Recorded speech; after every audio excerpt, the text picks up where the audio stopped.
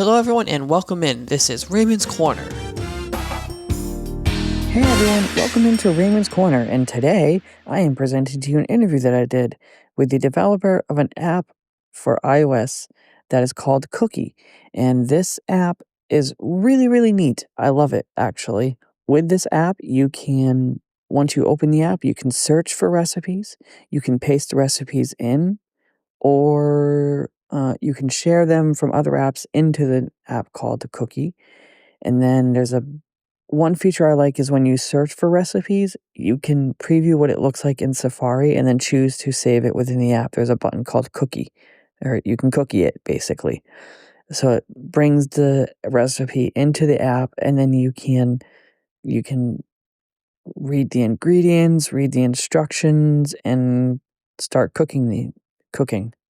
And then for hands-free operation, you can say like cookie instructions, cookie ingredients, and it'll go through all that with you hands-free. And there is an AI aspect to it as well, and that AI lets you phrase questions differently, or if you need to make substitutions, you can do that as well.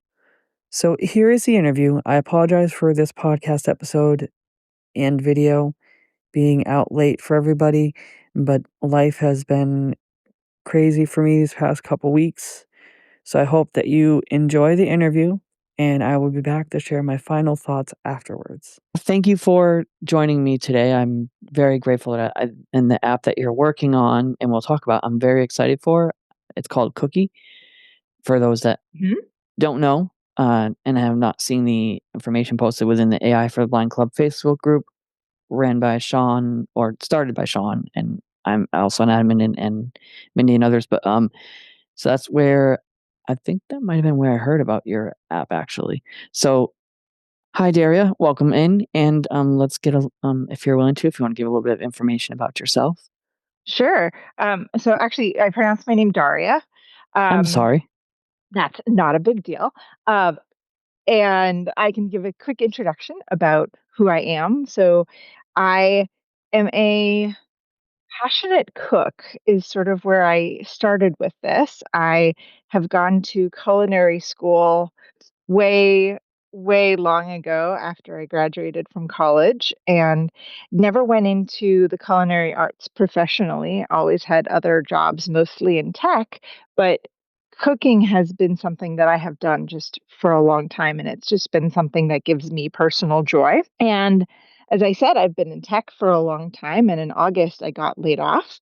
And I decided that I wanted to merge my two interests, both tech and cooking, and ended up with Cookie. So that's a very quick introduction. Thank you for that. So I'm Raymond, and I'm obviously the host of the podcast. But do you have, if I may ask this question, do you have any visual impairments? Are you blind, or is there any visual impairments on your end? I am not visually impaired.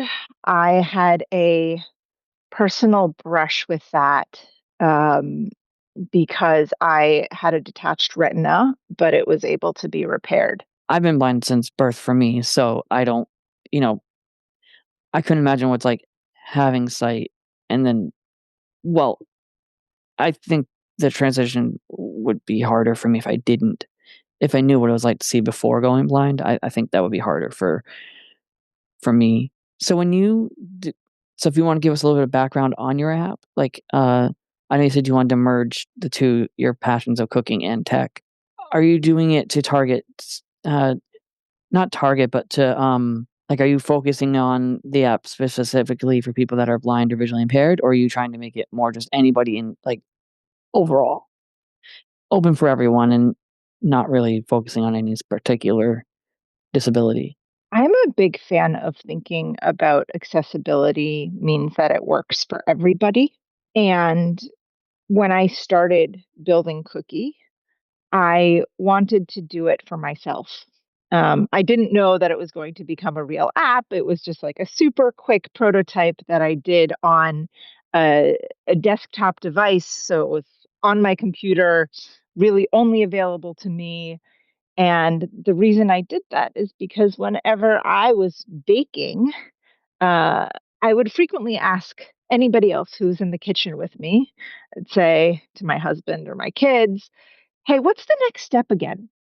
Or I would ask them, how much of this ingredient do I need? Like, I know I need to add baking powder, but I can't remember in my head whether it was a teaspoon or a tablespoon or three-quarters of a teaspoon or any of that. And my hands are messy, and I didn't want to go pick up my phone and scroll this very long recipe. And so I said, well, I bet I could use voice to figure this out. So I could just talk to my computer, and my computer should be able to answer that. And I built a very quick prototype. And at the end of that week, I was like, well, this one was really, really fun to build. And then two, I realized I was like, I am so lucky in many ways that this is an addition for me, but for people who aren't able to see well, and I think about that in the kind of broadest sphere. So whether it is people who are blind from birth or visually impaired in some different ways, like you may have narrower vision or only peripheral vision, or you might be older and dealing with age related vision loss. In whatever shape and form vision loss happens, those people will have a really hard time looking at that recipe on their phones. So this could actually be helpful for people more than just me. And that's when I decided that I was going to build it into an app and actually kind of um, build more of it. Yeah. I mean, the term blindness, like, it's such a wide spectrum. It doesn't encompass one particular, people that are totally blind or like, so yeah, I completely get that. One other, I was also thinking that your app, especially with the addition of the AI add-in, which we'll get to in a moment, you talk to the app, you say that you give the app's name Cookie, and then you wait for if your microphone's on anyways, and making sure you've given it the proper permissions. You can get, directions and the ingredients. Like, you don't have to hold the device. So I think that branches your app out to be for usage for people that might be in wheelchairs, that can use their hands, but maybe, as you said, like, you didn't want to get your phone messy, for example. So, I mean, there's such a wide. I truly believe that your app has the ability, or all that you can do within the app is it's as we have said before, is open for anyone to really use for any of their purposes or needs. So I want to just say thank you for caring about accessibility and making it as inclusive as possible. That's one thing I did want to say as well. Yeah, I mean, one of the things I did when I developed the app is I was lucky enough to be introduced to the Carroll Center for the Blind, which is in Newton, Massachusetts. Great organization. Yes, and I actually was lucky enough to go take a cooking class. I let me rephrase that, to shadow a cooking class, um, and it was wonderful to really understand all of the kind of helpful tools that people who are visually impaired use when they're in the kitchen to really be able to do almost everything, from baking cookies and scrambling eggs and making chicken. These were kind of the things that uh, the class was doing that day, and I was really lucky to see that, and it really just made me really passionate about trying to do something to help. That's awesome. As I said, I have not. I don't think I've been to the Carroll Center very much, but I did go to Perkins School for the Blind for my 7th grade through, like, with a little bit of extra training afterwards. So I know, of them, and you know, it's, as I said before, it's an amazing organization. Yeah. Um, so in regards to the AI aspect to your app, and maybe we can talk about potential roadmap, like, can you share what your roadmap would be for future plans for the app, or as going into it knowing that this is just conversation, that it may not be set in stone, just for more curiosity on my end, if I'm to be honest. Yeah, so I've been a product person for a very long time. And one of the things that I have learned as part of that is it's very dangerous to be developing in a vacuum. And what I mean by that is I have lots of ideas of things that the app could do, but the most important thing is to get the feedback from the people who are using it. And based on that feedback. So my goal right now is to launch the app. My goal is sometime probably early in the new year, I will have it completely ready and be able to bring it to market. Right now, it is a test flight app, so it's in beta testing just to make sure that I have all the bugs out, all of the any issues out. And after that, I'll be able to give you a better roadmap because there That will be. yeah, that makes perfect sense. You're like, right now I'm just getting it launched. Can we focus on that? Yeah. So as I don't know if I can't recall if I mentioned or not. So if I didn't, I do want to apologize. This app is in beta right now. And I do want to say that Daria has been very responsive to feedback. And so if you are testing it and you haven't sent in feedback, definitely do, because Daria cares about what is happening with the app and the development of it, and cares about the people that are using it. So can you explain the website where people can go to join the beta if they wish to? Sorry. Yeah, so the website to sign up right now is stitchedstrategy.com. So STITCHEDSTRATEGY.com. That is, I incorporated a company basically just to work on Cookie for it. But that's where I have a sign up list.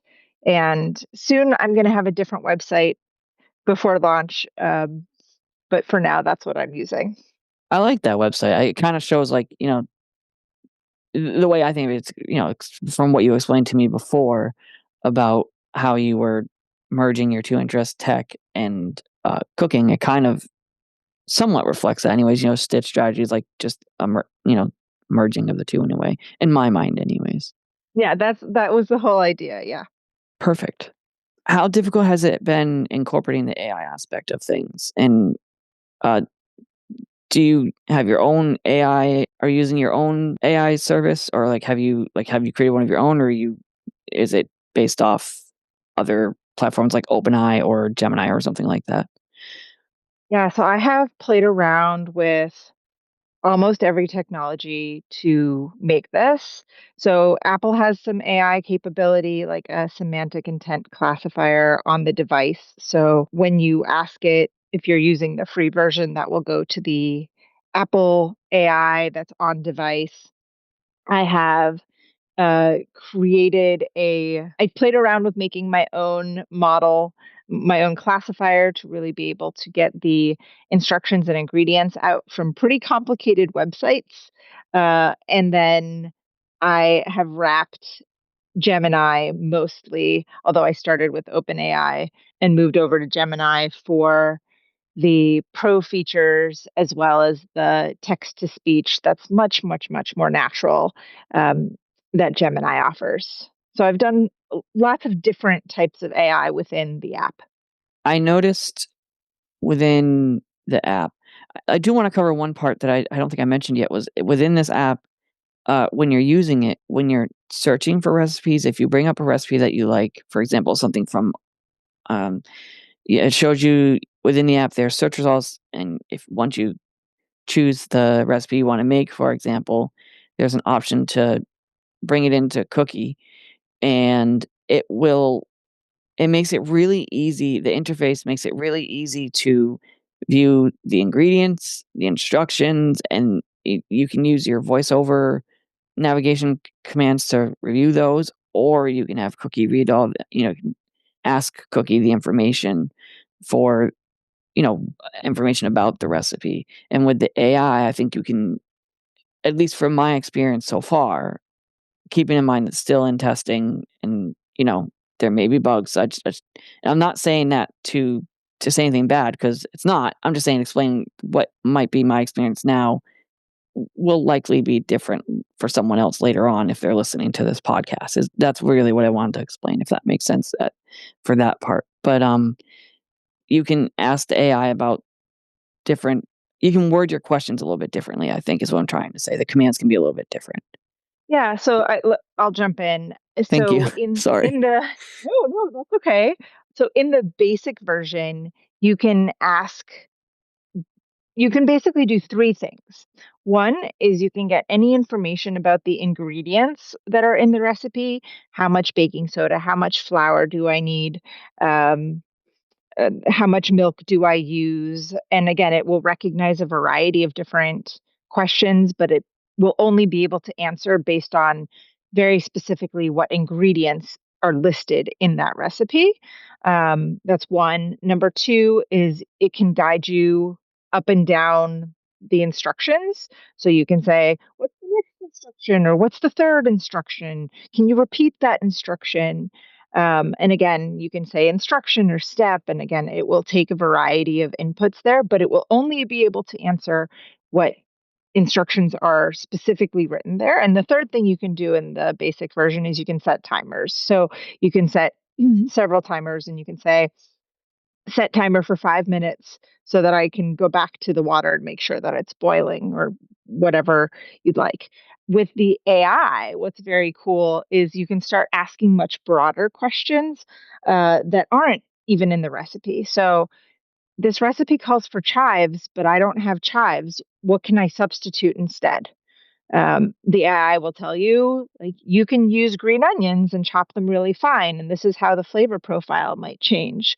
Or you can say, like, what's a substitute of honey because I just ran out of honey? How long is this going to take me to cook? Just based on what you see in this recipe, how long do you think it's actually going to take me?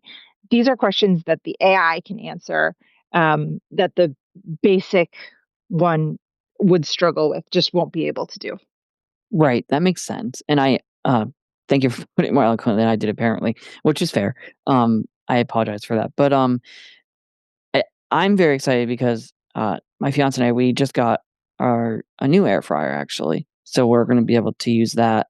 So we've had an air fryer before, but we got a new one that potentially, I should be able to use it with my phone and such. Nice.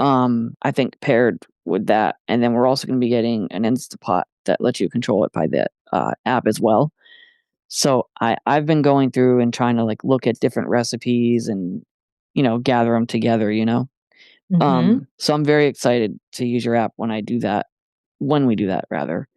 I'm very excited, and I do truly believe that I think that your app will be a very valuable tool to people in the kitchen, and I do hope people do check out your app, even if it's in beta right now, and they give you all the feedback that you can to make the app as you know as usable and inclusive for everyone as possible.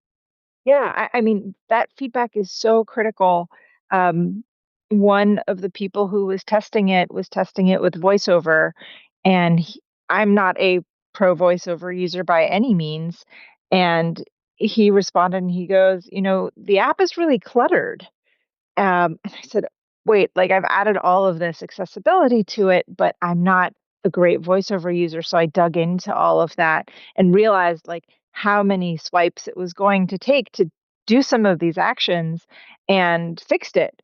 And I would not have known to go and do that investigation and to make those fixes had I not gotten that feedback. So feedback is truly the breakfast of champions. So if there is anything that anybody's listening to and wants to help out, please go play around with the app and tell me what doesn't work. I will fix it. I promise. It exactly, and as I said, I mean, even from day one, since I've been corresponding with you, anything I've had to give back to you for feedback, you've been receptive to it. I just can't stress that enough, is because it's very good that you're getting feedback from the developers and users alike. Like it's the balance. You know what I mean? Yeah. That sometimes people they'll, for example, Facebook. I mean, I'm getting it's a large example, but they are a developer. You give them feedback, and it might take them forever to get to, or they may not. Yeah. So that feedback aspect. Uh, Rogue Amoeba, for example, they produce audio software for the Mac. They're also very good at responding. Like it's a very important and valuable thing for developers and users to both feel like they're both being heard. So again, thank you for that. Is there anything else that you think we may have missed that you would like to cover? Because I think I've asked you a lot of questions, and hopefully today was.